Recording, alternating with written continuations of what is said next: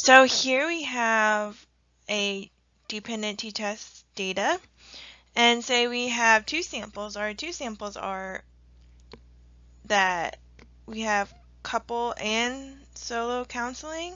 So this person goes to couples counseling and also individual counseling. And then on the right hand side we have couples only counseling. The reason this is a dependent t-test is because they're paired together. So we can see that they're the same color for one. So in the first person here, you can see it's Bobby, which is me. And then my boyfriend's name is, if you can't see there, it's also Bobby. Well, actually it's Bobbin, but it's funnier to say it's Bobby and it gets a little confusing. And we're thinking about naming our kids Bobby too, so that might get really confusing. But anyways, we're a couple, so we're both purple here, okay? So we kind of should be sticking together, right? We go together, okay? And then the next row here is Frank and Sonia. And Sonia's my roommate, and Frank's her husband, but he's living in El Paso right now. So they should be together, right? And then the next people are Mia, which is my roommate's dog, and Tux, which is my dog. And Tux thinks he's married to Mia. Mia's not really sure what he thinks of Tux, but they should be together. And then we have you and maybe your significant other. Or if you don't have one, you can think of a celebrity or someone that you really like. And so you guys should be together. Okay, so if we go to the next slide here, right, it wouldn't be right to mix people up, right? It matters how we make the rows here, okay? So, we could put me and my dog together maybe, but then Bobby would be a little bit unhappy with me. He doesn't want to be with my roommate's husband, Frank, here. And you don't want your significant other paired up with my roommate's dog, Mia, right? And you don't want to be paired up with my roommate, Sonia. So you can see here in a paired or dependent t-test, if we mix up people, it makes a big difference, okay? We don't want to mix up people, so they're paired together. And if they're not paired, then that means they're independent of each other. So you look for a reason to say that they're paired, and if they're not paired, then it's an independent t-test. So this would not be right, okay? So don't mix up people when they're paired. So say these are scores on happiness. So higher numbers mean you're happy, and it's from a scale from 1 to 10. And we're trying to compare if people who go to couples counseling and solo counseling, if they're happier than the couples only. So that's what we might think is going to happen. If you have more counseling, it's better than just couples only. Okay, and so say I say how happy I am, and I say 10, and Bobby says he's a 9. And Frank and Sonia are a little less happy because they're not living together right now. And Mia, she doesn't really like Tex, so she says a 3.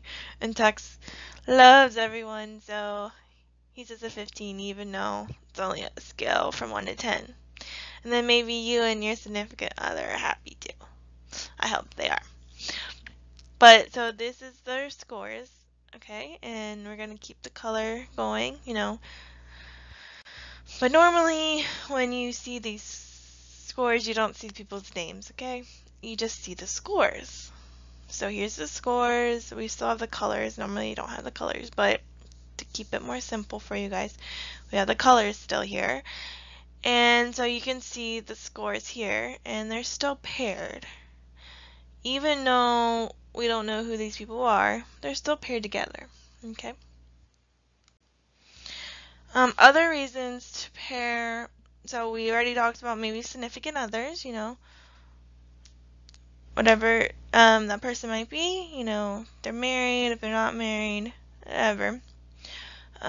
Twins could be another one that we use in psychology a lot. You have one person, once you have a set of twins, and you see what happens by giving them different kinds of treatment. Okay? Just family members could be that another reason. Friends. One special one we have a special name for it, I guess, and it kind of happens a lot in psychology, is repeated measures, and that just means the same person takes a test twice or some kind of measurement twice. So it could be exams. The same person takes exam 1 as exam 2, and you see if they do it better. Or you might have a pre-test and then you do some kind of intervention, and then you have a post-test where the same person takes the pre and the post-test. So you pair their observations together. You don't want to mix them up, right? So anything that has the same person taking a test multiple times would be repeated measures. And that actually happens in the data set that you've been using in the National Longitudinal Survey. So the same people take the survey over multiple years. So if you want to compare, say, their weight when they first started versus at the end of the study, you could do that. You want to make sure that when you're doing repeated measures that you're not comparing things that you shouldn't be comparing. So you want to stay with the same variable. So comparing weight over years is okay, but comparing someone's weight versus their income isn't okay. Now you can correlate them, but that's different than comparing the averages. Okay? Now we're going to go on to an independent t-test. So say we just want to compare counseling versus no counseling. That's our two samples, counseling versus no counseling. Here I have just random people, Jim, Tunji, Lorna, Ryan, Sam, Matt, Lars, and Sophie. And say they don't know each other. They're not connected in any way, so this would be an independent t-test, and that's why I have them in different colors, because they're not paired together.